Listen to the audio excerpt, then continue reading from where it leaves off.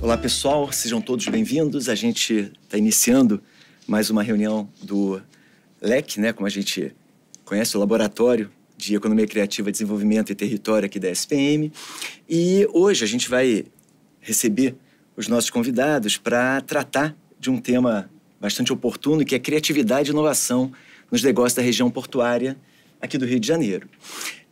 A gente vai apresentar rapidamente o nosso laboratório, para aqueles que ainda não conhecem. Aqui na SPM a gente tem um foco muito grande em economia criativa e a ideia, claro, no bate-papo de hoje é que a gente consiga identificar oportunidades, desafios, experiências que são vividas, né, nessa região, e isso vai ajudar bastante no sentido de nós conseguirmos contribuir com todos que gostam do assunto, que têm interesse no assunto, que focam em economia criativa e assim por diante. Como a gente pode ver aqui, apresentando um pouquinho o nosso laboratório, o laboratório foca em vários tipos de pesquisa, temáticos, estruturantes, projetos de extensão, todos eles focados em parcerias, muitas vezes com empresas, com organizações, com ONGs e tudo mais. E objetivos, né, principais que a gente identifica estão focados em identificar impacto econômico, cultural e social de várias atividades. A gente fala também um pouquinho, estuda também a valorização da interdependência entre economia, cultura e território. Estudamos bastante a parte de tecnologia, organizações e mercados e competências profissionais ligadas a aumentar a competitividade das empresas. Nisso a gente vai ter hoje, certamente, uma colaboração muito grande dos nossos convidados. Já eu apresento eles para vocês. E o fortalecimento também, que é outro foco nosso, da interação entre universidade, poder público e o setor privado. Explicando rapidamente quem nós somos dentro da SPM, né? O mestrado é composto por professores do PPGCI, ou seja, a pós-graduação, programa de pós-graduação em Economia Criativa, Estratégia e Inovação, os mestrandos do programa, egressos, pesquisadores associados, alunos de graduação e professores, tanto da graduação quanto do lato sensu.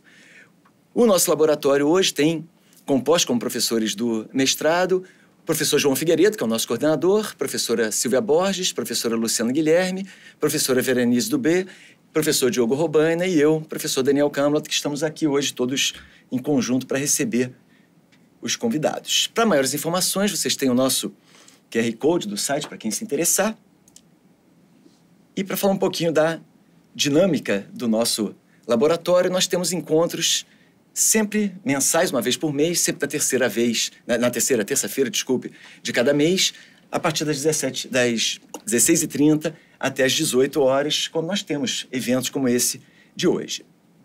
No nosso calendário, para quem já quiser colocar na agenda, tivemos no dia 19 de março o nosso foco, né, de debate sobre a região portuária do Rio de Janeiro, iniciando com ecossistemas de inovação na região portuária. Hoje, 16 de abril, nós vamos falar de criatividade e inovação dos negócios da região portuária. No dia 21 de maio, já temos marcado o encontro sobre tradição, diversidade cultural e inovação na região portuária, e vai acontecer, na sequência, o lançamento do Prêmio CRIO da SPM de Economia Criativa, um prêmio já razoavelmente conhecido por várias pessoas da área. No dia 18 de junho, a gente fecha essa primeira leva com territórios criativos e emergência climática, pensando a região portuária para definirmos, né, esse tema. Bom, para hoje nós vamos começar o nosso debate com 3 convidados para tratar do tema, como a gente mencionou. A primeira delas é Denise Lima, que é diretora do PER Mauá. Na sequência, vamos ouvir o Eduardo Magalhães Cipaúba, que é o coordenador regional do Sebrae Rio, e junto com ele, também do Sebrae Rio, a Caroline Gomes Jorge, que é a coordenadora de Economia Criativa do Sebrae aqui do Rio de Janeiro. Apenas para dar uma mini bio de cada um, para vocês saberem quem são eles todos. A Denise, do PER Mauá, ela é a diretora do PER Mauá, que é a concessionária responsável pelo Terminal Internacional de Cruzeiros do Rio de Janeiro, onde também acontecem os eventos mais badalados da cidade. Ela tem mais de 30 anos de experiência como gestora, com uma atuação bastante larga na implantação de projetos e montagem de empresas. A Denise é graduada em arquitetura, tem MBA pela Copiade, é aconselhadora biográfica e terapeuta comunitária, com uma acessibilidade muito alta na análise de clima organizacional, e ela utiliza muita capacidade de comunicação de alto nível como facilitadora na liderança de equipes e interações. Como diretora do PIR Mauá, ela tem uma atuação muito ativa em negociação para locação de espaços para eventos, desde a concepção do projeto até a execução, entendendo necessidades diversificadas de clientes, tanto no compartilhamento do espaço, utilização de recursos, até atuando com grupos distintos de desenvolvimento de projetos para um relacionamento harmonioso e produtivo. E daqui a pouco ela vai ser a primeira a comentar sobre a experiência dela, do PIR Mauá, na região. Seguindo a nossa ordem, o Eduardo Magalhães Paúba, ele é especialista em empreendedorismo, é o coordenador regional do Sebrae Rio, da Agência Centro, atua com atendimento a pequenos empresários, eventos, capacitações, consultorias, projetos para ecossistemas empreendedores e também desenvolvimento territorial. O Eduardo é graduado em comunicação social, pós-graduado em gestão de pequenos negócios e inovação, com MBA em gestão de pessoas e liderança. E também vindo do Sebrae, junto com o Eduardo, nós vamos receber a Caroline Gomes Jorge da Rosa. Ela é graduada em Comunicação Social, com habilitação em Publicidade e Propaganda. Ela tem um MBA em Gestão de Projetos e Gestão Empresarial e, desde 2007, atua como analista do Sebrae, no Rio de Janeiro, na execução de projetos e programas de fomento ao empreendedorismo, melhoria da competitividade e desenvolvimento sustentável de micro e pequenas empresas. Hoje, ela é coordenadora de Economia Criativa do Sebrae do Rio de Janeiro. E eu aproveito para agradecer a presença de todos vocês. Pessoal, muito obrado por estarem aqui conosco nesse dia feliz aí que a gente vai poder discutir sobre temas que até agora ainda não foram discutidos nesses nossos encontros. Então, eu queria já aproveitar o gancho para passar a bola para a Denise, para ela poder iniciar, né, nos dando a opinião dela. A gente tem vários assuntos relacionados à região portuária, entre eles a questão ligada à percepção de negócios, agentes de território, potencial de desenvolvimento, enfim, que a gente consiga ouvir de vocês, Denise, o que vocês têm a nos comentar sobre desafios, sobre oportunidades, desenvolvimento, a experiência de vocês, né, e a própria atuação do PIR Mauá nesse particular. Agradeço mais uma vez pela presença. Obrigada pelo convite. Me sinto bastante feliz de estar aqui com vocês hoje. Bem, eu vou trazer um pouco da minha experiência no PIR Mauá, mas pensando em 2024. Porque se for falar para trás, eu acho que é um assunto que todo mundo conhece e eu acho que não é o que cabe aqui no momento, né? Então, existem muitas oportunidades na região portuária, né? Então, assim, está chegando nos próximos 12, 24 meses uma quantidade de pessoas de moradias efetivas, né? Então, pela primeira vez, nos últimos... Eu estou no PIR Mauá já há 14 anos, com certeza daqui a um ano eu vou ver carrinho de bebê circulando no bulevar, né? Então, assim, então temos muitas oportunidades em função da chegada dessa moradia. Então, assim, eu acho que teremos oportunidades com relação a atendimento a essas famílias que vão estar chegando, ao consumo dessas famílias. Então, assim, hoje a gente não tem nada de infraestrutura médica, de infraestrutura de alimentação, de escolas. Então, assim, existe uma oportunidade muito grande fruto desse pessoal que vai chegar e vai chegar com muita demanda, né? A minha experiência enquanto PIR Mauá, então, assim, a gente separa o nosso negócio em algumas caixinhas, né? Então, assim, a área de cruzeiros, ela traz muita receita para a cidade. A gente vai estar fechando a temporada daqui a 15 dias. Nós recebemos, ao longo desse ano, dessa temporada, que são 6 meses, 467 mil passageiros. Esses 467 mil passageiros, assim, 7% desse grupo é internacional, 22% nós estamos falando de Mercosul, e os outros 73% é cruzeiros de brasileiros, é nacional, né? Existe hoje uma busca nossa, que a gente vê como uma oportunidade, mas não depende só de nós, depende também dos armadores, é como fazer com que uma parte desse público que vem para o Rio de Janeiro permaneça na cidade. Porque o que acontece? 95% dos cruzeiros, eles chegam de manhã e vão embora à noite. Então, o período que os passageiros passam para aproveitar a cidade é muito pequeno. Então, se ele vai ao Pão de Açúcar, ele não consegue ir no Cristo. Se ele vai ao Cristo, ele não vai à Praia de Copacabana. Ele usufrui muito pouco da região portuária também. Então, a partir do momento que a gente consiga fazer com que esses cruzeiros permaneçam pelo menos mais um dia na cidade, e a gente tem muita infraestrutura para oferecer para esses cruzeiristas, eu acho que, assim, isso é uma oportunidade e isso é algo que a gente tem trabalhado muito.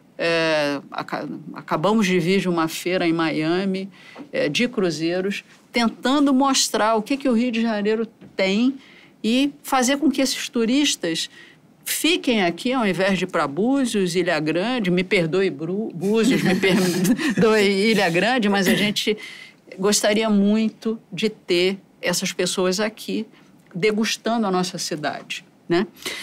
Com relação a oportunidades, né? Então, assim, a gente vê muitas oportunidades nessa parte de entretenimento, né? Então, assim, é um polo de entretenimento, não tem como. Nós estamos situados numa área entre 2 museus, um aquário, uma roda gigante e um monte de outras coisas acontecendo próximos, né?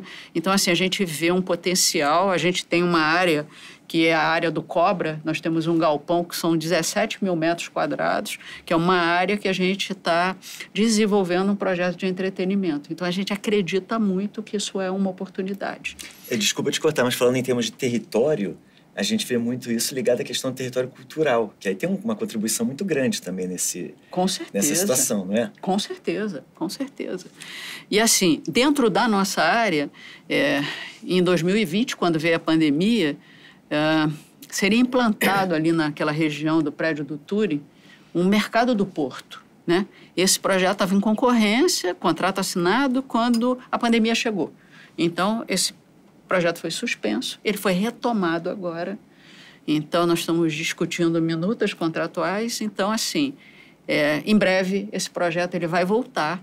E eu acho que isso vai ser muito importante nesse momento em que o Porto está sendo pulverizado com pessoas morando. Então, assim, esse não é um mercado para turista, né? Não é a cabeça do desenvolvimento desse projeto que foi feito pelo Marcelo Torres, né? Então, assim, a ideia é que ele seja para o carioca, né? Então, fora isso, existem outras oportunidades, né? Então, assim, a gente está no final, em outubro, a gente vai estar usando um dos nossos espaços para fazer uma experiência com esses museus digitais, né? Então, assim, a gente está trazendo uma empresa de São Paulo que está acostumada a fazer isso, e a ideia é testar um pouco desse mercado no Porto, porque já teve experiência na Praia de Copacabana, já teve experiência em shopping, mas a quantidade de pessoas que circulam no Boulevard diariamente é absurda. Gigantesco. No verão, nas férias. Então, assim, como é que a gente leva mais entretenimento para essas pessoas que estão nessa região? E é um mercado que cresce bastante, né? É um mercado que cresce, é um mercado assim. Você vai ao aquário, passa 1h30, 2 horas, né? Vai na roda gigante, e depois, o que mais que eu vou fazer, né? Nós temos uma infraestrutura ali no Porto, a gente precisa de muita coisa, mas para manter essas pessoas dentro dessa região, né? Então, assim, tem muitas oportunidades. O próprio IMPA, né, que acabou de ser inaugurado, né? Então, assim, nós tivemos no passado o YouTube Space lá dentro, né? Então, infelizmente, essa operação acabou. É um espaço que a gente tem e que a gente está buscando uma ocupação para ele. Mas, assim, com relação aos eventos, então, a gente procura estar dentro do calendário da cidade. Nós não temos interesse em ficar com pequenos eventos acontecendo. A gente quer eventos que a economia criativa esteja presente, né? Então, assim, quando a gente é parceiro do Rio Innovation, que é um projeto que para a gente é sensacional. A gente faz um esforço danado para arrumar nossas agendas, porque nós temos um período de navios que a gente não pode ter eventos, para que esse evento aconteça. A gente vê o que esse evento traz para a cidade, que discussões são feitas lá dentro, que abertura traz isso para todo mundo, né? Então, assim, a gente desenvolve, a gente loca espaço para o Rio Innovation, para o Shell, que faz um trabalho com energia lá dentro. Esse ano nós teremos o Rio Oil Gas, que também é um projeto muito grande. Então, assim, a gente procura focar nesse tipo de eventos, muito mais do que em festas e outras coisas menos sociais e mais projetos. E o retorno é um retorno bom também, né? De imagem, pelo menos a gente percebe Com isso. certeza. A gente até tem o Mundial de Labier, que todo mundo adora, que é um evento conhecido na cidade, né?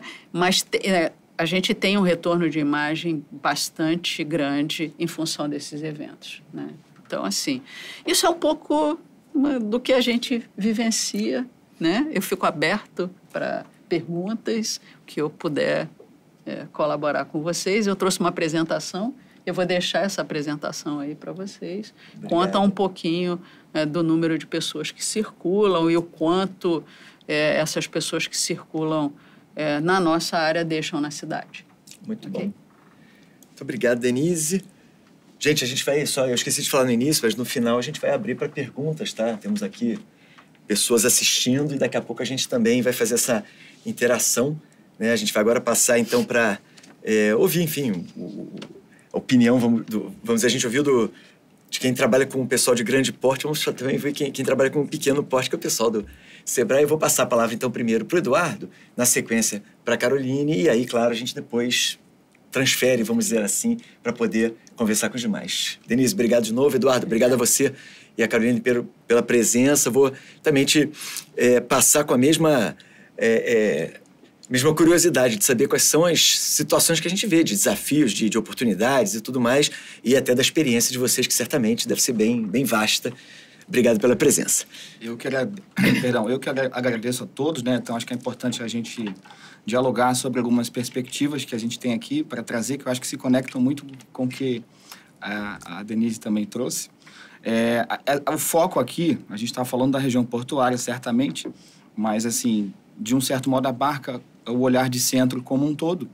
E é sempre muito rico hoje a gente poder participar de discussões como essa que olham para território, né? Diante de suas nuances, enfim, de todas as características positivas, oportunidades que trazem. Então, assim, o convite aqui, a metáfora que eu quero convidar todo mundo a tentar visualizar, se a gente conseguisse imaginar o território como se fosse um corpo humano, biológico, né? Então, onde você vai ter ali as veias correndo com sangue, né? Que somos a parte humana da coisa, né? Então, comparando aí com o que seria nesse território a circulação das pessoas. E se a gente for falar do que seria um tecido conjuntivo disso, né? Que dá sustentação ali a toda a massa óssea, né? Ao restante do corpo, na nossa visão metafórica aqui, seriam os pequenos negócios, né? Porque você certamente não tem um tecido ali econômico provido de pequenos negócios de bairro, de vizinhança, que consigam promover aquela interação local, aquele consumo local. Dificilmente você vai conseguir ter, né, um território, enfim, onde as coisas aconteçam de forma orgânica, onde essa economia circule também de um modo mais organizado. Então, acho que é muito importante. E, sob esse aspecto, acho que é muito importante que existe hoje, né, na cidade, principalmente no centro, algumas oportunidades aí de não só de fomento a vocações que já existem, como também você está estimulando que vocações que não existem consigam florescer, né? Então, hoje, a gente pode citar no centro iniciativas que o poder público tem, né, como o Reviver Cultural, como a Rua da Cerveja, que vem aí também, é uma nova iniciativa muito bacana. Então, o escopo aí, né, da escola que a Denise citou, com todo o arcabouço ali que o Maravalli envolve, mas, assim, se em volta de tudo isso você não tem outro tecido de pequenas empresas que funcione, que seja sustentável, a tendência é que isso não funcione, né? Então, assim, acho que a gente tem que olhar a região portuária e o centro também sobre o prisma de oportunidades, antes de qualquer coisa, para que a gente consiga se focar naquilo que está ao alcance, né, e não naquilo que é obstáculo, bloqueio, enfim. O centro da cidade do Rio hoje ainda tem, de forma disparada, a maior concentração de massa salarial da cidade do Rio de Janeiro. Então, ainda não é um bairro, né, de permanência, mas essa circulação ainda acontece. E muita gente ainda tem na mente, talvez, a visão lá de trás, né, de um centro muito denso, muito movimentado, enfim, e que, de fato, a gente vai partir para um outro lugar. Já esse caminho já começou já faz algum tempo, e que certamente existem muitas oportunidades. Então, você tem aí um horizonte de leis de incentivo que prepara um pouco mais esse ambiente. Existe uma vacância aí de espaços físicos que permite que uma série de iniciativas inovadoras, criativas, possa ser proposta, né? A gente defende a ideia de que essas pequenas iniciativas, é até óbvio dizer isso, mas às vezes o óbvio é o mais difícil de ser dito, se melhor orientadas, se melhor capacitadas e se melhor conectadas entre si, elas aumentam a chance delas de sobrevivência. Então, a gente tem alguns estudos recentes aqui, olhando o comportamento desse pequeno negócio como um todo, mas que naturalmente também vai se refletir ali na região portuária, que não é, né, diferente de outra região nesse sentido, né? Se você está olhando o pequeno negócio, esse perfil ele é semelhante no país. Então, a gente tem, ano passado, um estudo que mostra que, pela primeira vez, nos últimos anos, a maior dor desse pequeno empresário, aí, repito, estou falando a nível Brasil, mas também vale para lá, ela deixa de ser a questão de custo e passa a ser a questão de dificuldade de obtenção de cliente. Então, isso é uma informação. A outra informação de um estudo também que está publicado, pelo Sebrae também, ele mostra que, ao longo dos últimos anos, as pequenas empresas aumentaram muito o seu quantitativo de presença digital, no sentido de percentual de pequenas empresas com alguma presença digital, seja qual for. Ano passado, também, pela primeira vez, essa linha começa a estabilizar com tendência de queda. Então, você tem esses dois movimentos em paralelo. As pequenas empresas já começando a entrar menos na internet, já meio que satura essa linha de entrada. Por outro lado, elas começam a reclamar que está ficando cada vez mais difícil conseguir cliente.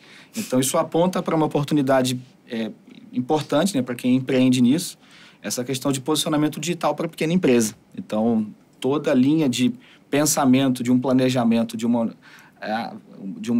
iniciativa de pequeno negócio que aconteça, ela deve levar isso muito em consideração, né? E aí a região portuária, ela traz aí um conjunto de signos, né, de história, que tem um material muito rico para que iniciativas sejam propostas, né? Isso vai ser melhor falado depois aqui pela Carol, mas é oportunidade, né? Não deixa de ser. Então, às vezes eu acho que a gente tem uma tendência de olhar a problemática na frente, mas eu acho que talvez poucos lugares no país hoje reúnam o conjunto de oportunidades e possibilidades que o centro da cidade, consequentemente a região portuária, que está inserida nesse contexto, elas também possuem. E de um modo que comunique, né, toda a cultura da cidade, a simbologia da cidade, a forma como ela se comunica, a forma como ela aparece, a forma como ela é consumida, tudo isso, em alguma medida, vai passar por uma foto que alguém compartilhou no Instagram, por um vídeo de short lá que alguém colocou, e essas experiências, elas estão nos barzinhos, elas estão, né, nos restaurantes que só existem naquele local, que não são uma coisa com bandeira de franquia, com marca que vai existir no mundo todo. Então, isso está até, desculpa te cortar, eu ia falar, isso está até conectado com o que a Denise mencionou no início, que ela falou de infraestrutura, escolas, hospitais e tal. Isso tem uma relação. Tem uma relação, mas a grande dor aqui é aquele velho enigma do que vem primeiro, né? O ovo ou a galinha. Então, eu vou montar um restaurante onde não tem ninguém para consumir. Quando chega a hora de montar, já tem gente circulando, então já teve uma especulação, né? Esse plano de negócio está mais caro de ser colocado de pé. Sim. Mas eu acho que existem oportunidades que devem ser observadas. E acho que, assim, quando a gente fala também de território, essa discussão é muito rica por isso, quando a gente fala de território, a gente não está falando de uma porção de terra, né? A gente está falando de uma história que é contada através do tempo. E aqui, sobre esse prisma que eu coloquei das pequenas empresas, a gente entende que isso é parte fundamental dessa história, dessa economia, dessa vida em sociedade, de modo que, até já encaminhando aqui um pouco para o final da minha fala, essa identidade local seja preservada, né, continuamente tratada e, sempre que possível, passada adiante, porque isso é o que, de fato, vai fazer ali a diferença para que as pessoas que cheguem, né, nos navios possam, de fato, circular ali e encontrar um tecido de oferta, de fato, muito bacana. E, enquanto Sebrae, a gente entende que há essa necessidade de uma busca de orientação constante né? Então, o pequeno empresário ele tem uma jornada muito múltipla em termos de necessidade de realização e que vai demandar dele uma agenda muito complexa em termos de variação de coisas que ele precisa fazer num dia, né? Então, ele é o RH, ele é o financeiro, ele é o cara do marketing, tem que saber um pouquinho de tudo e muitas vezes ele é muito bom tecnicamente em uma coisa, mas precisa de parceria, precisa de complementaridade de conhecimento, precisa de serviços consistentes. Então, acho que essa busca dessa informação qualificada na hora de estruturar um negócio certamente vai aumentar a chance dele ter um negócio consistente, seja na região portuária, em qualquer lugar. Eduardo, muito obrigado.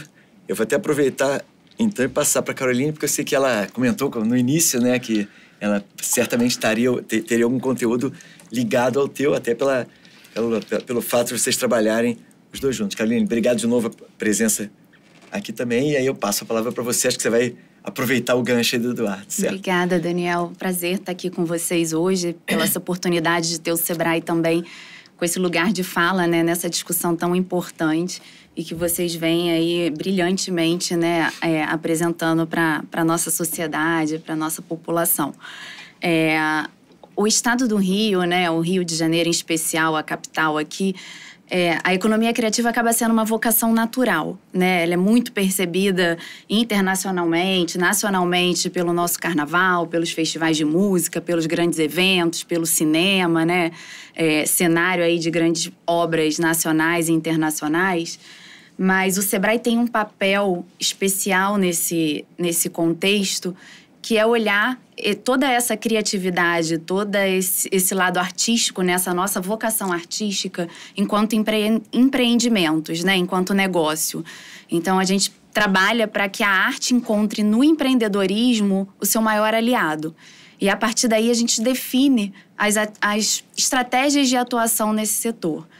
E aí o Rio é tão diverso, é tão democrático, é tão inclusivo, é tão colorido, que se a gente olhar para a região portuária do Rio, é um pouco desse reflexo, né? Quando a gente começa uma região com tanta troca, com tanto intercâmbio, com tanta exportação, importação, diferentes culturas se conectando, é inevitável que a gente tenha uma região tão pujante, né? E isso ficou muito forte se a gente olhar, por exemplo, para o nosso artesanato, para alguns setores criativos que trazem essa marca de toda a história que passou pelo Porto do Rio, né? E que são assim até hoje, né? Diferentes técnicas, trocas, diferentes cores, enfim. E acho que isso que dá a cara da economia criativa da nossa cidade, do nosso estado. Então, eu percebo que a região portuária ela tem um significado muito importante. E ver essa região, ao longo dos anos, sendo revitalizada, sendo reurbanizada, né, é muito gratificante, porque a gente percebe que ali sim é um grande hub, onde a gente consegue unir todo o lado artístico, todo o lado criativo, né? Mas também o lado do empreendedor e o lado do negócio para dar sustentação a isso tudo, né? A gente trabalha no Sebrae para que esses negócios sejam mais criativos, potencializar toda essa criatividade, mas que principalmente eles sejam sustentáveis e tenham longevidade aí nessa estrada. Então, hoje a gente tem uma atuação focada em 8 setores da economia criativa, porque também quando a gente fala economia criativa é um universo muito grande. Exato. E se a gente amplia esse olhar de forma macro, a gente ainda traz o turismo, a gastronomia, né, como complementares, e aí ela se torna transversal. E o Porto reúne isso. A gente sabe que ainda temos muitos desafios, né, pela frente de infraestrutura, apesar de ser um local hoje que a gente cedia grandes eventos, importantes eventos, e eu acho que esse legado que esses eventos deixam de conteúdo é muito bacana para a cidade, mas a gente entende também que as potencialidades são muito maiores, né? E principalmente quando você vai formando uma rede com atores que se complementam, que colaboram, né? Você tem um território muito rico. Então, esse olhar que a gente tem do Sebrae para a economia criativa, ela está muito focada em a gente dar suporte a esses empreendimentos, né? Como o Edu trouxe, a gente trabalha como, sim, um agente que pode ajudar nessa transformação, um agente de fomento, né?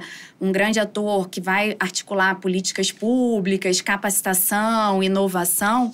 Mas a gente quer estar muito junto desses empreendimentos para que até nessa ocupação do porto, nessa reurbanização, eles consigam ser sustentáveis ali, né? E que isso também volte para a sociedade. Então, um olhar até democrático, que a gente sabe que essa reurbanização, ela passa muito pela cultura, pelo entretenimento, de você trazer pessoas dali.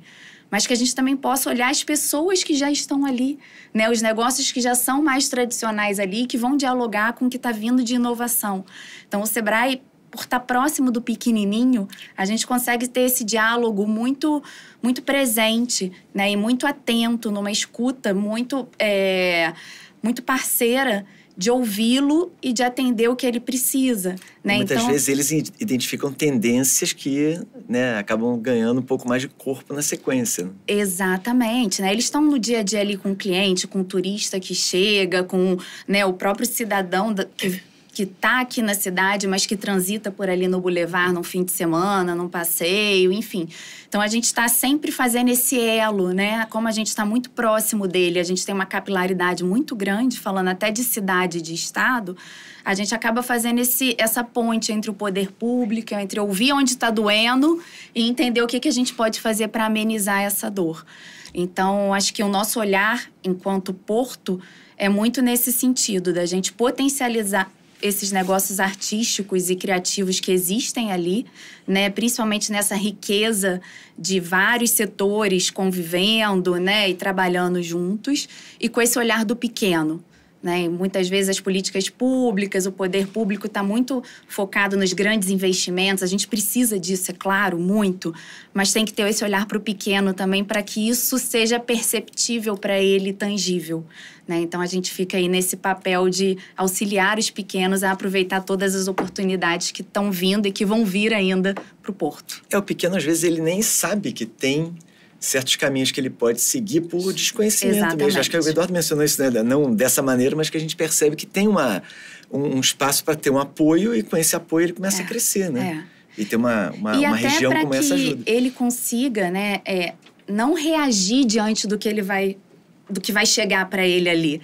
mas que ele consiga agir, né? Ele se planejar, ele se organizar. Então, se a gente tem um território que está vibrando, que está aquecido, como é que ele pode aproveitar essa oportunidade? Se a gente vai ter um grande volume de moradores em breve, como é que os negócios dali que já estão instalados e os que vão vir conseguem aproveitar essa oportunidade no olhar mais macro, né? Então, acho que essa relação é super importante, considerando que são pequenos. Perfeito. Gente, não sei se alguém tem mais algum conteúdo, porque a gente aqui, quando terminamos o nosso bate-papo aqui inicial, a gente passa para que os convidados, né, a pessoa que está assistindo a todos nós, possam também fazer algumas questões e tudo. Por favor, Marcelo. Só uma complementação aqui em relação ao que a Carol colocou, é que assim, em relação a essa questão de comportamento do pequeno, né? Sim. Então, quando a gente olha hoje comportamentos que mais diferenciam quem sobrevive de quem não sobrevive, olhando que assim, o nosso trabalho é muito porta dentro da pequena empresa, que ele consiga construir processos que ajudem ele a ter mais chance de sobreviver. Existe todo um porta para fora, onde a gente também atua, né, Carol, de outras formas, né, com a questão de políticas públicas e tal. Mas quando a gente elenca esses comportamentos que eu digo da porta adentro, 2 se destacam mais. Então, o que diferenciam mais? Geralmente, quem sobrevive tem uma tendência maior a ouvir muito constantemente o que o cliente traz para você em termos de insumo, de correção de erro, de rápidas inovações. O pequeno consegue inovar mais fácil, num certo sentido, em pequenas inovações, porque a estrutura dele é mais simples. Mais flexível, né? E o segundo comportamento, né, é geralmente alguém que tem ali um controle muito ajustado, né, da sua movimentação financeira, tanto em termos de margem quanto em termos de custo. Então, são os 2 grandes comportamentos. E quem adotar essa linha vai aumentar a sua chance de sobreviver. Então, isso aí é comprovado. Obrigado mais uma vez, Eduardo. Pessoal, eu vou então, antes de agradecer, de fato, né, a gente vai tentar ver se temos perguntas dos nossos convidados, pessoas que estão assistindo. Daqui a pouco eu vou fazer uma também. Professora Silvia Borges, por favor. Tá ligado? Tá? Obrigada. Aqui que a gente não escuta. Oi, boa tarde. Boa tarde. Eu sou a Silvia Borges, professora, né, do mestrado. Bom, queria agradecer, né, as falas de vocês. E, assim, primeiro eu tenho 2 perguntas, assim, bem pontuais, né? Um para a Caroline e para o Eduardo, do Sebrae, né? que é um pouco se o Sebrae tem algum estudo específico sobre a zona portuária, né? Então, quem são esses pequenos empreendedores que estão lá, né? Assim, que setores, né? E que tipo de ação ou de projeto, né? Vocês têm... se vocês têm algum nessa área específica da zona portuária, tá? E para Denise, você falou que depois vai disponibilizar, mas isso era uma das minhas perguntas, assim, né? Você fala da circulação ali no Boulevard. Fiquei muito curiosa de saber desses números, né? Que números são esses, né? Se você tem uma circulação mensal, diária, né? Um pouco... E como é que contabiliza isso, assim, tá? Então, eram essas mais pontuais. E tem uma outra questão, que aí vou aproveitar o espaço, porque eu estou desenvolvendo uma pesquisa sobre remanescentes e patrimônio industrial na cidade do Rio de Janeiro, tá? Então, antigas fábricas que fecharam como fábricas, né? E que ou estão abandonadas ou que foram refuncionalizadas, né? Quer dizer, se transformaram em outras coisas, né? Shopping center, supermercado, espaço criativo, né? E a região portuária é uma das regiões que a gente mais tem, pensando nas regiões da cidade, E aí eu estou falando só de grandes equipamentos, tá? Porque eu trabalhei muito com levantamento de dados secundários, não tinha gente para ir a campo, ficar fazendo levantamento, assim, em loco, tá? Então, não consegui pegar, assim, pequenos galpões, aquela fábrica pequenininha de parafuso, né? Estou falando de mais empreendimentos. E só ali na região, na zona portuária, a gente contabilizou 14. Então, em termos de bairro, né, de região da cidade, né, porque ali, região portuária, estou considerando Gamboa, Saúde, Caju e Santo Cristo. Esqueci o quarto, mas só ali tem 14, né, como a Bering, que já está refuncionalizado, Moinho Fluminense, que vai, não vai. E aí eu queria um pouco que, se vocês pudessem falar um pouquinho, né, como é que vocês pensam, né, a possibilidade desses equipamentos industriais antigos que estão ali vazios, né? Se vocês veem aquilo como um potencial, como um problema, como um desafio, um pouco a visão de vocês sobre essas antigas fábricas, né? As antigas estruturas, né? Porque as fábricas já saíram, não funcionam mais como fábricas, mas a gente tem ali muitos espaços, né? Que tanto... Eu ouvi um pessoal ali, o porteiro ali do Moinho Fluminense falando que já tinha uma ocupação, as pessoas já tinham um loteamento ali de alguém que resolveu que, né, podia abrir para vender espaço para as pessoas morarem, né? E a gente já ouviu vários, há anos, né? A gente escuta projetos para o Moinho Fluminense que, de fato, não saem, né? Então, um pouco... Se vocês, eu sei que não é a área de vocês, mas eu queria, como vocês estão presentes ali, né, um pouco o olhar de vocês sobre se vocês pensam um pouco nas possibilidades que esses espaços vazios têm ali, tá? Eu posso começar pela do estudo, né, das informações. A gente está, assim, primeiro que a gente tem um portal chamado Data Sebrae, que tem dados abertos lá, públicos, e que podem ser consultados em nível de recortes mínimos, né, de bairros e de cidades, então tem muitas informações consistentes. E segundo, até aproveitando o espaço aqui, a boa notícia, a gente está lançando um primeiro relatório de inteligência territorial do Sebrae Rio de Janeiro, voltado nesse momento para Centro, Zona Sul e Grande Tijuca.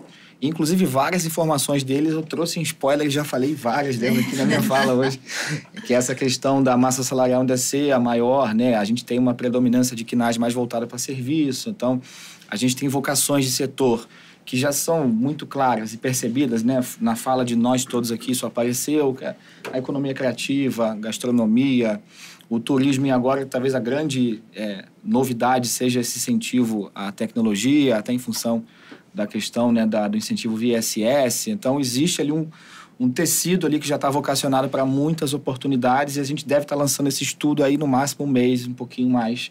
Vai se chamar Relatório de Inteligência Territorial do Sebrae Rio, tá bom? Em relação às próximas, aí eu deixo aberto, mas eu posso colaborar também. Bem, com relação às informações de fluxo de pessoas, então, a gente faz um acompanhamento do número de pessoas que frequentam os eventos. do que aquele evento representa a nível de receita, né? Quem são as pessoas que trabalham, que público é esse? E também todo esse impacto da cadeia dos cruzeiros, né? E eu posso disponibilizar isso. A gente faz um relatório anual, que normalmente a gente fecha em maio, contando o que aconteceu dentro do PIR Mauá. Isso começou em 2022. Tá? Então, assim, eu posso disponibilizar para vocês esse relatório com todas essas informações, é público, e eu vou ficar muito feliz de trazer isso para cá. Tá? E estamos abertos a dar qualquer tipo de informação que tenhamos para vocês ou para um grupo de pessoas. A gente deixa a nossa casa aberta. Com relação a essa outra pergunta, com relação a essas indústrias que existiam, eu, enquanto arquiteta, eu vou falar como Denise, arquiteta, tenho bastante preocupação com relação a isso, né? Porque o que está acontecendo hoje no Porto, na minha leitura, e com quem eu converso, né?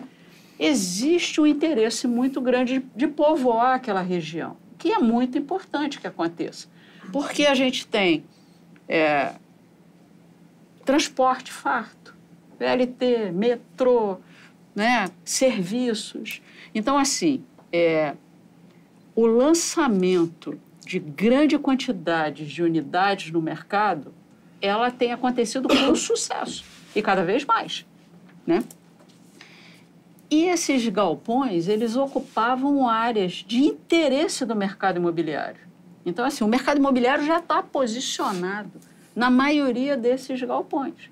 Um ou outro galpão vai virar um hub, provavelmente daqui a pouco, onde está instalado o INPA, não vai ser suficiente, porque as grandes empresas já estão lá, vão precisar crescer um pouco mais.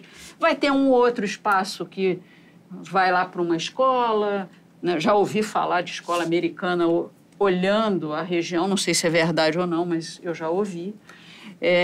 Vai ter hospital, mas assim, eu acho que, na minha visão, esses grandes espaços, eles vão se transformar em residências, shoppings, para atender esse fluxo imenso, né? Nós estamos falando de 10, 15 mil pessoas que, em 3 anos, vão estar 10, 15 mil unidades, né? Então, nós estamos falando de 60, 70 mil pessoas em 2, 3 anos, ocupando toda aquela região, sem nenhuma infraestrutura, zero de infraestrutura. Né? Não tem absolutamente nada. Não tem um mercado, né? Não tem uma lavanderia, não tem nada. Então, tudo isso vai ter que acontecer. Então, uma parte disso vai ser migrado para esses lugares, mas uma parte considerável já está posicionada para o mercado imobiliário. E, assim, por um lado é bom, por outro lado gera uma grande preocupação, né? Porque, assim, o impacto de trânsito que vai gerar naquela região, né? Então, assim, isso é uma preocupação para mim, que circulo por ali, né? Para todos nós enquanto carioca. Ok, o Porto, toda essa região, a alma do carioca está ali, né? Tudo começou ali, né? Tem a Pedra do Sal, nossa, tem tanta coisa importante que seja África, né? Mantida, a Pequena África, algumas comunidades que fazem coisas incríveis, mas tem esse outro lado que a gente não tem como não considerar, que é muito agressivo, que é esse lado que vem junto, acompanhado desse monte de unidades, né? Por exemplo, hoje a empresa que eu trabalho faz parte do Distrito do Porto. Então, assim, nós juntou L'Oréal, juntou PIR Mauá, juntou outras empresas, para que juntos a gente comece a criar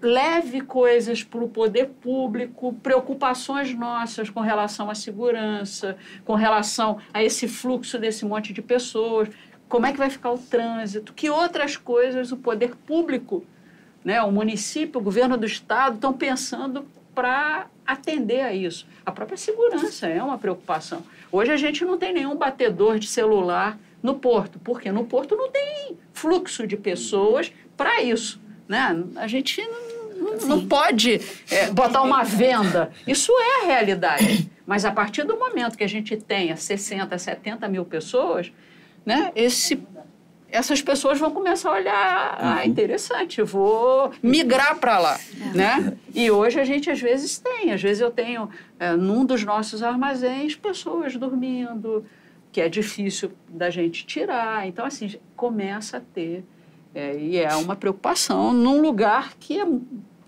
está bem desenhado, mas que carece muito dessa infraestrutura, que vai depender muito de nós enquanto empresas privadas ajudar nesse trabalho. A própria Aliança está fazendo um trabalho bastante interessante no centro da cidade, né? Então, assim, a gente está migrando, olhando para eles e tentando copiar e transformar esse modelo, né? Então, essa é uma preocupação. Que tem uma questão, né, que a gente estava falando há pouco tempo aqui de pequena empresa, ter o olhar de comportamento de consumo, de inteligência, de tendência. E é confuso isso quando você para pensar, né? Que a gente está falando de um porto hoje que quando chegar esse momento, né, dessa habitação, dessa grande habitação, ele vai ser um outro porto, né? E o quanto a gente está olhando para isso com a mesma perspectiva, né? Então, preparar esses pequenos negócios que vão estar ali muito criativos, focados em inovação, em cultura, em entretenimento, que não necessariamente tem nada a ver com a população que vai povoar ali, né? Então, se você traz um perfil de escola, como você citou há pouco, será que essa escola é acessível para quem vai estar ali naquela região? Então, o quanto isso pode impactar tanto a sobrevivência desses pequenos negócios, né, quanto a qualidade de vida até de quem está por ali, né? E aí a gente já tem na cidade do Rio problemas de infraestrutura, de segurança, que podem ser potencializados por essa. Então, acho que esse olhar ele tem que ser um olhar amplo de pensar, né, em o que a gente está considerando na potencialidade do porto enquanto negócios inovadores, criativos, né? Você tem um IMPA, o Porto Maravilha, toda essa aproximação, né, de grandes empresas, mas também dessa população que está vindo, que vai precisar de uma infraestrutura de moradia, e o quanto esses interesses eles podem conflitar ou conviver harmonicamente, né? É porque vem gente de tudo quanto é bairro. Exatamente. Na verdade, está vindo para o porto de tudo quanto é região, né? E que necessidades são essas? Exatamente. Isso é verdade. E também acho que essa questão da ressignificação, que a pergunta dela coloca em relação a esses espaços, acho que de vocação antiga, mais industrial, né? Assim, acho que a gente pode olhar essa questão da ressignificação sob duas possibilidades, né? Uma que é muito clara e que vem do nosso horizonte aí de olhar pequenos negócios, que a gente pode citar o Largo de São Francisco da Prainha, que de alguns anos para cá se reconfigurou totalmente. Por conta, na minha visão, assim, mérito total dos pequenos empresários que lá estão, que, né, enfim, conseguiram, de um certo modo, imprimir um novo senso de vontade do carioca de estar ali aproveitando, tomando uma cerveja. Essa é uma possibilidade. A outra possibilidade, que acho que se conecta mais com o que ela está colocando, eu acho menos viável, é você ter, de fato, investimentos de grande porte que ajudem a sustentar o equipamento daquele com outro fim, né? Que seja um fim voltado para um projeto, alguma questão mais específica. Porque, de fato, se não tem uma possibilidade de sustentabilidade econômica, de fato, bem difícil. Então, a questão da especulação, de fato, pode sim varrer, eu concordo com você. Não, e mais, né? Essas, sei lá, essa quantidade de imóveis, será que vai ter moradores mesmo ou tem muito investidor colocando dinheiro nisso? Isso é uma pergunta que eu me faço. Porque a Barra da Tijuca, se a gente for olhar para a Barra da Tijuca de 30, 40 anos atrás, ela começou assim, com um monte de investidores, então o prédio ficava pronto, sei lá, vamos imaginar que fosse 100 unidades, tinham 20 pessoas morando, o resto era fim de semana.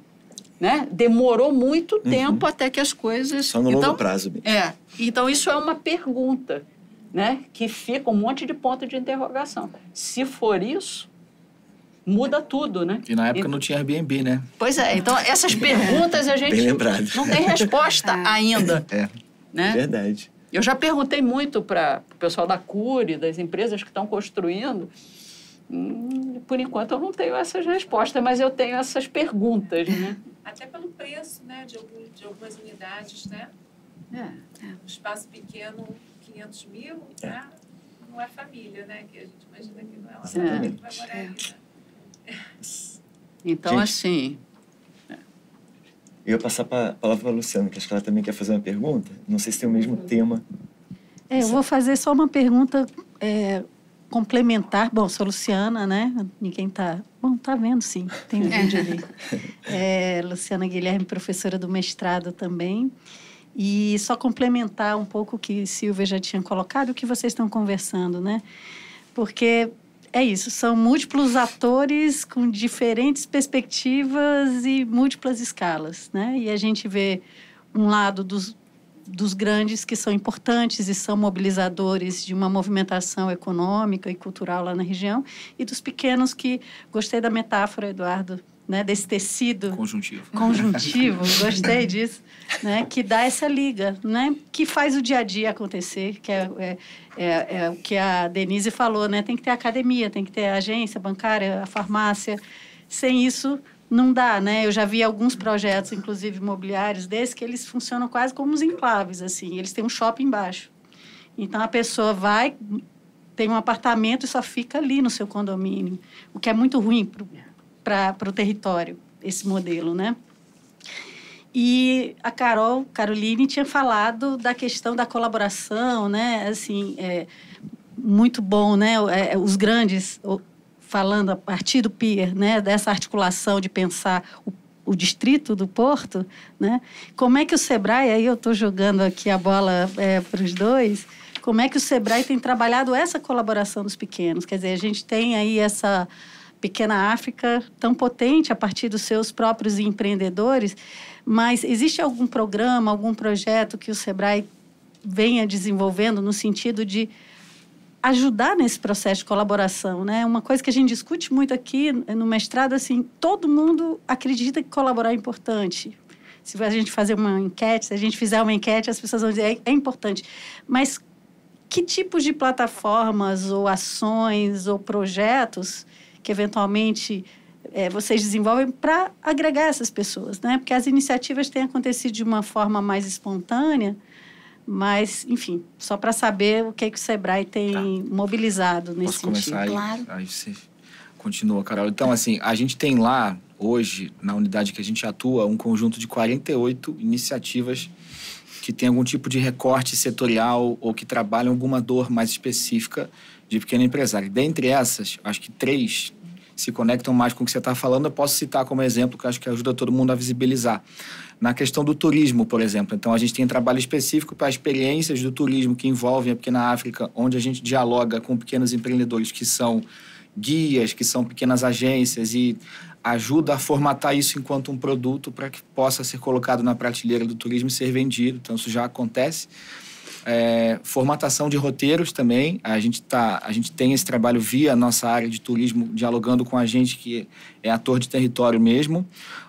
No ano passado também a gente fez um trabalho específico para os negócios da cultura preta, do afroempreendedorismo, que ajudam a valorizar, a significar esse território, sempre com o nosso verniz da melhoria da gestão, mas com algum chip além, né, que caracteriza muito em função daquele tipo de negócio que está ali envolvido. Então, são iniciativas que a gente já procura propor para estar dialogando com os atores desse território. Aí, certamente, na economia criativa, a gente também deve ter, né, ações nos temas que a gente já toca, né, Carol, que contribuem. Perfeito, Edu. A gente tem uma concentração, né? A maior parte das empresas criativas estão aqui na capital, né? No estado todo estão aqui na capital e principalmente nessa região centro, zona sul, zona norte, né? A gente tem uma concentração muito forte.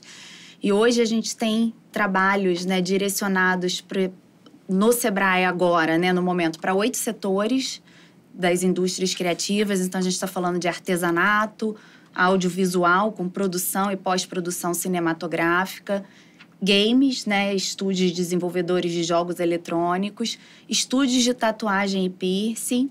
A gente está falando com o mercado editorial, Música, obrigada, Edu. Música. Fechando uma turma nova hoje com 15 novos aqui da região central. Exatamente. Produção musical, né? Toda essa parte, tanto do músico, do gestor de carreiras, do artista, né? E da cultura em geral. A gente está falando muito com o fazedor de cultura também, que é muito a pessoa física, né, da parte criativa e que busca aí editais, leis de incentivo, como ele elabora esse projeto cultural para buscar um recurso, seja público ou privado, como ele presta conta desse projeto, né, como ele faz a captação de recursos. Essas chamadas, elas estão sempre disponíveis, né, nos nossos sites, rede social, nas agências de atendimento. Então, são calendários que anualmente a gente revisa, coloca um tema novo, substitui algum que de repente está sem demanda. Então, anualmente a gente empacota aí essas ofertas em função exatamente de demandas que a gente percebe no mercado, do território e lacunas de mercado que a gente pode ajudar aí a equiparar, né? Porque a ideia é que essas pequenas empresas tenham a condição de sobrevivência semelhante às outras aí que têm sua possibilidade de rede mais ampliada, mais capital para sobreviver. Então, de fato, são soluções de mercado com o máximo de qualidade possível, visando aumentar aí a chance dela sobreviver. Exatamente. E esse ano a gente vai lançar uma trilha piloto também em parceria com o IPHAN, que é de patrimônio imaterial. A gente tem grandes 7 patrimônios imateriais no estado do Rio, legitimados pelo IPHAN, reconhecidos. E a gente vai trabalhar com os detentores desses patrimônios no sentido de levar para eles as ferramentas de gestão, comportamento empreendedor, para que eles entendam que aquela veia artística, né, aquele dom, a criatividade, pode sim ser a atividade econômica dele, e no sentido também da gente preservar, né, toda a nossa cultura, toda a nossa história, porque são grandes detentores aí de toda a cultura do estado do Rio. Então, a gente vai trabalhar com jongo, capoeira, samba, a festa do Divino Espírito Santo de Paraty, baianas de acarajé, cordel, toda essa população que cria tanto, né, e que precisa aí sobreviver enquanto negócio. E acho que o diferencial disso é que quando essa turma se conecta, você tá ali com o seu semelhante, né? Então, do tipo, você tem um músico com um músico falando da dificuldade dele de montar ali uma estrutura de gestão básica, né? Então, isso impede, de repente, uma desconexão se ele tá num espaço onde ele tá com pessoas que têm drives muito diferentes dele. Tudo, né? Então, a gente consegue, de fato, dar aí uma customizada nessa abordagem. Acho que isso, de fato, é bem funcional. Só mais um ponto que eu acho que eu não posso deixar de citar, que acho que a gente tem que citar também aquilo que é mais difícil, que emperra um pouco, porque a gente está num espaço de troca. Então, hoje, para a gente, o que é mais doloroso hoje é justamente essas ações que envolvem ecossistema, né? Que é você juntar instituições para conversar, combinar agenda, evitar sobreposição, eu posso fazer até aqui, você até ali. Eu acho que isso é uma dificuldade cultural, histórica que a gente tem aqui no Rio de Janeiro e que a gente percebe que se desperdiça muito neurônio, recurso, tempo, porque o conjunto de ofertas para a coisa ser mais dinâmica, ele está aí, ele está posto. Eu acho que até como instituição, às vezes a gente erra mesmo na forma de propor essas agendas para organizar isso.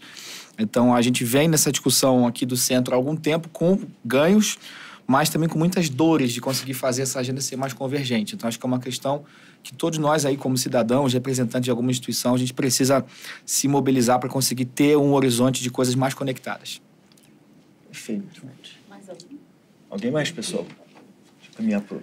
Oi, boa tarde, gente. Obrigado pela presença de vocês, pela fala. O meu nome é João Luiz, eu sou professor aqui do programa, né, Distrito Censo da gente. E eu queria, assim, ouvir de vocês, porque você falou muito da chegada de novos moradores, vamos dizer, num curto, médio prazo, né? É provável que esses moradores não tenham vínculo com a história do lugar, com a cultura do lugar, né, como já foi apontado aqui. E também é provável que isso leve ao encarecimento do custo de vida ali e que possa gerar problemas que muita gente estuda, que é, de repente, uma gentrificação, a dificuldade de quem já morou ali durante tanto tempo continuar permanecendo ali. Existe alguma preocupação do SEBRAE, do PIER, Mauá, em articular com o poder público alguma forma de mitigar esse problema?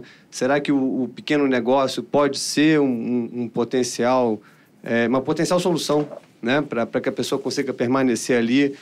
Porque se tudo der certo, o solo urbano vai ficar mais caro.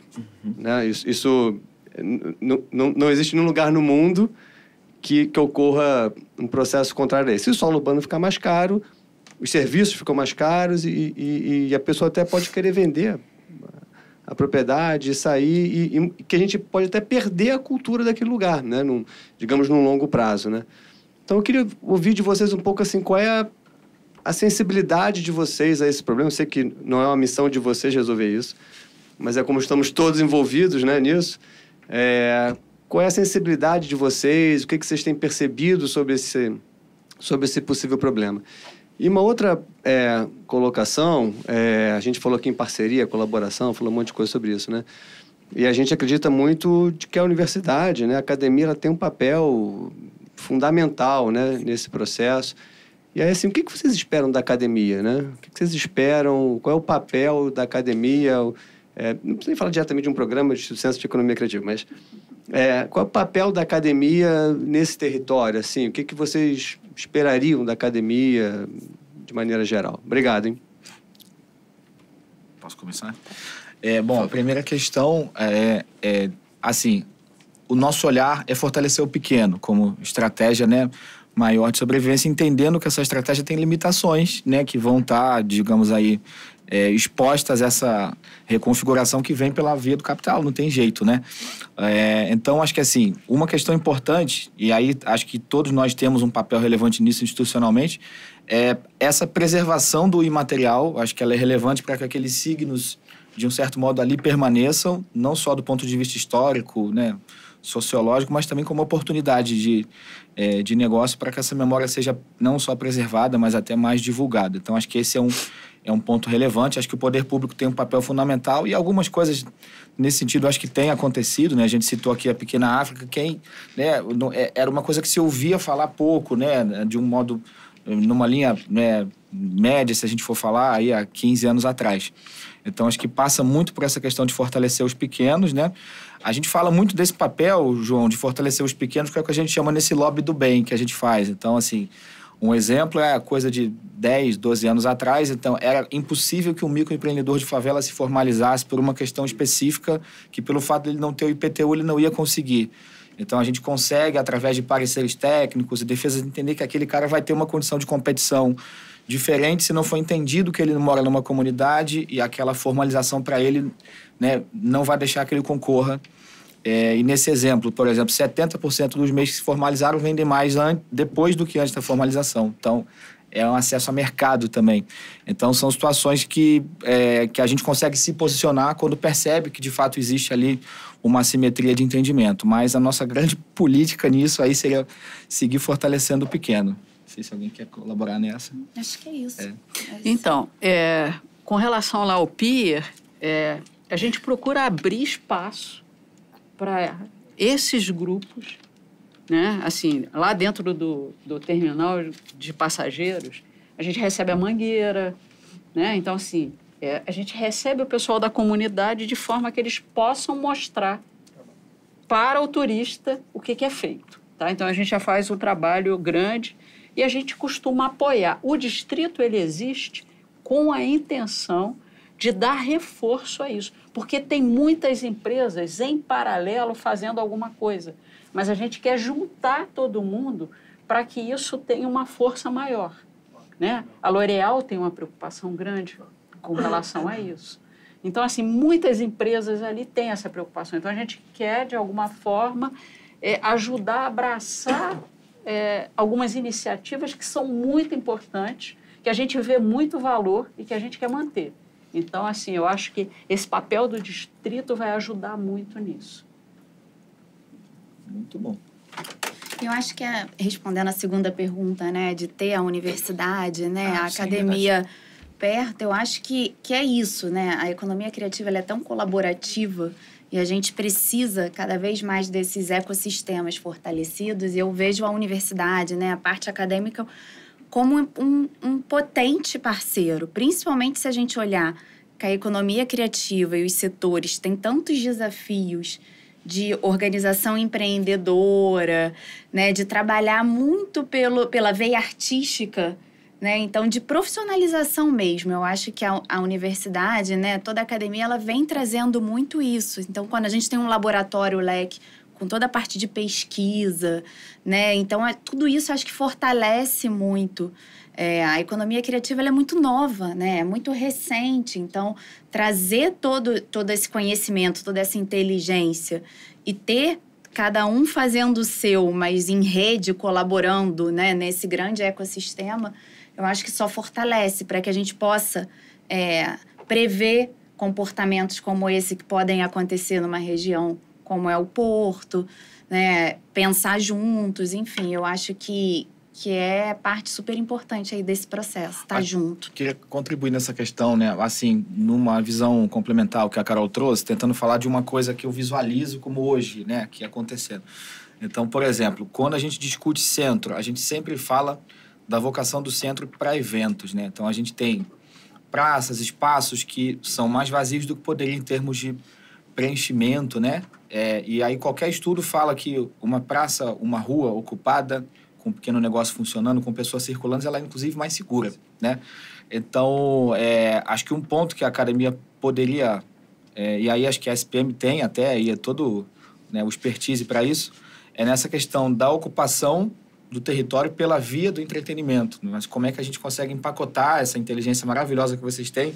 Isso se transforma em oportunidade para que pequenos possam lá empreender, né? Então, essa economia de evento de rua da cidade do Rio, formal, né? Então, acho que estimular essa ocupação de evento de rua que seja formal e que consiga costurar um pouco de tudo que a gente falou aqui, né? Que é levando essa vocação, esses símbolos que a cidade tem, né? Deixando a cidade mais instagramável e com mais desejo de ser consumida e gerando oportunidade prática para os estudantes que estão aqui, para pequenos empreendedores que a gente atende. Então, são exercícios como esse que eu acho que a gente pode se dedicar a pensar.